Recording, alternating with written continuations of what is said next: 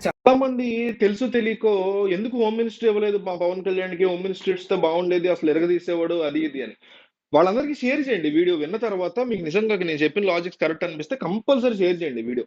ఎందుకంటే పవన్ కళ్యాణ్ అనేటువంటి వ్యక్తి గురించి మీకు ఎంతైనా అభిమానం ఉండొచ్చు. కానీ ఒక ప్రభుత్వాన్ని నడిపేటప్పుడు చాలా విషయాలను మనం పరిగణలో తీసుకోవాలి ఉంటది.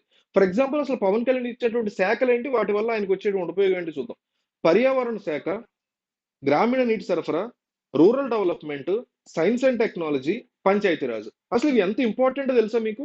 అసలు జగన్మోహన్ రెడ్డికి వచ్చినటువంటి 40% ఓటు బ్యాంక్‌లో 30% గ్రామీణ ప్రాంతాల నుంచి వచ్చింది. ముఖ్యంగా ఈ ఎస్సీ, ఎస్టీలు ఉండేటువంటి ఈ ట్రైబల్ ప్లేసెస్ ఎస్టీలు అంటారు కదా! షెడ్యూల్డ్ ట్రైబ్స్ వాళ్ళు ఉండేటువంటి ట్రైబల్ ప్లేసెస్ నుంచి విపరీతమైనటువంటి ఓట్లొచ్చాయి.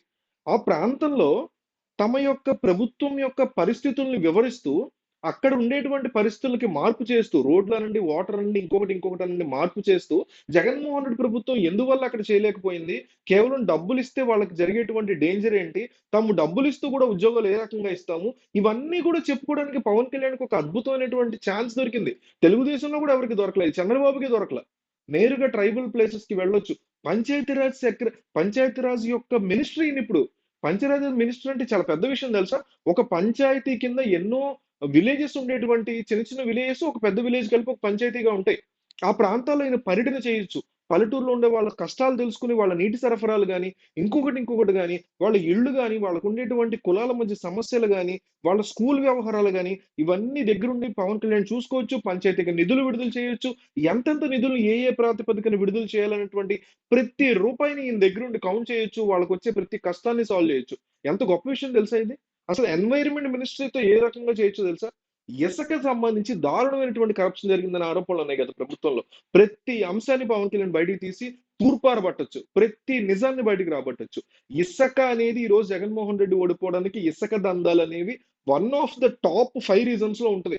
జగన్ వెనక్కి వెళ్ళిపోవడానికి, ఇంటికెళ్ళిపోవడానికి ఉన్న టాప్ 5 రీజన్స్‌లో ఇసక ఒకటి. ఇసక అనేది పర్యావరణ శాఖ కిందకొస్తది. సో, ఆ శాఖ విషయంలో పవన్ కళ్యాణ్ దూకుడుగా వెళ్ళినప్పుడు గతంలో తప్పులు చేసిన లోకల్ లీడర్స్ అందరినీ గనక లోపలేయించగలిగితే, అది లోకల్‌గా ఉండే ప్రజలందరూ ఫుల్ హ్యాపీ ఫీల్ అవుతారు. ఆ విషయంలో చాలా నెగెటివ్‌గా చాలా బాధాకరంగా కోపమైనటువంటి సిట్యుయేషన్‌లో ఉన్నారు ప్రజానీకం. ఇన్ని అవకాశాలను పెట్టుకొని ఇంకా ఫారెస్ట్ మినిస్ట్రీ పర్యావరణాన్ని అద్భుతంగా కాపాడేటువంటి వ్యక్తిగా అసలు పర్సనల్ లెవెల్‌లో తీసుకొని ఉంటాడు ఆ ఫారెస్ట్ మినిస్ట్రీ. అతనికి ఫారెస్ట్ పరంగా రాజకీయంగా ఏం ఉపయోగం ఉండుండకపోవచ్చు. కానీ పర్సనల్ లెవెల్‌లో పవన్ కళ్యాణ్‌కి ఫారెస్ట్‌లైనా, జంతువులైనా ఈ యొక్క సాంద్రత పెంచాలి ఆంధ్రప్రదేశ్ ఫారెస్ట్‌లు గాని, దానివల్ల ఈ బ్యాలెన్సింగ్ ఉండాలి. క్లైమేట్ బ్యాలెన్సింగ్, అట్మాస్ఫియర్ బ్యాలెన్సింగ్ అనేటువంటి ఆలోచన ఉండే వ్యక్తి అతను. అట్లాంటి అతనికి ఇది రావడం అనేది చాలా సంతోషపడుతుంటాడు అతను. అట్లాంటిది హోమ్ మినిస్ట్రీ లాంటి ఒక సెన్సిటివ్ టాపిక్ ఇచ్చినప్పుడు ప్రతి ప్రతి కాంట్రోవర్షియల్ థింగ్ అతని మీదకెళ్తది. ఆల్రెడీ పొలిటికల్‌గా బిజీ, సినిమాల పరంగా బిజీ, పార్టీని చూసుకోవాలి. ఓ పక్క బీజేపీ నుంచి విపరీతమైన ప్రెషర్ ఉంటది పవన్ కళ్యాణ్ మీద.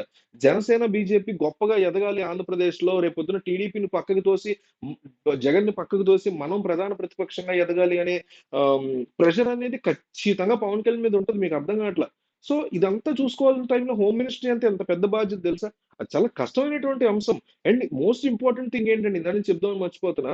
ఒక హీరోగా ఉన్నప్పుడు సినిమాలో విలన్‌ని కొట్టే టైంలో పోలీసుల్ని కొట్టడము, ఇతనే అనేక పోలీస్ క్యారెక్టర్‌లు ఏస్తుంటాడు పవన్ కళ్యాణ్. ఆయన పోలీస్ క్యారెక్టర్‌లు ఏస్తున్నప్పుడు రకరకాల చొక్కాలు మంటపెట్టిన సిగరెట్లు తాగడం, ఇట్లా ఈ యాటిట్యూడ్ చూపించడం కుదరదు. ఇప్పుడు 'ఉస్తాద్ భగత్ సింగ్' వస్తుంది. దాంట్లో ఈ రకంగా బిహేవ్ చేయడం కుదరదు. ఒక రాష్ట్ర హోం మంత్రి మీకు అంత అరగెంట్ పోలీస్ ఆఫీసర్‌లు అట్లా అరగెంట్‌గా ఉంటారని చూపిస్తమే కదా అది. అట్లా చూపించడానికి ఉండదు. లీగల్ ఇష్యూస్ అవుతాయి. తీవ్ర విమర్శలొస్తాయి. కేంద్ర ప్రభుత్వం నుంచి బీజేపీ ఊరుకోదు అట్లా చేస్తే.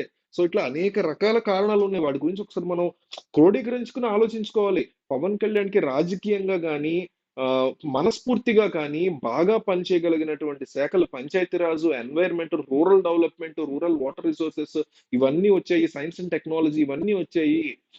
భారీ లెవెల్‌లో పవన్ కళ్యాణ్ ఇవన్నీ కూడా మిక్స్ చేసి ఎన్వైర్న్‌మెంట్‌కి సైన్స్ అండ్ టెక్నాలజీ మిక్స్ చేసి, ఫారెస్ట్‌కి ఎన్వైర్న్‌మెంట్‌ని మిక్స్ చేసి, పంచాయతీ ఎన్వైర్న్‌మెంట్‌కి సైన్స్ అండ్ టెక్నాలజీ మిక్స్ చేసి, అట్లా ఈ శాఖలన్నీ కలుపుకొని ఒక మంచి ఔట్‌పుట్‌ని తీసుకురావాలని మాత్రం కోరుకుందాం.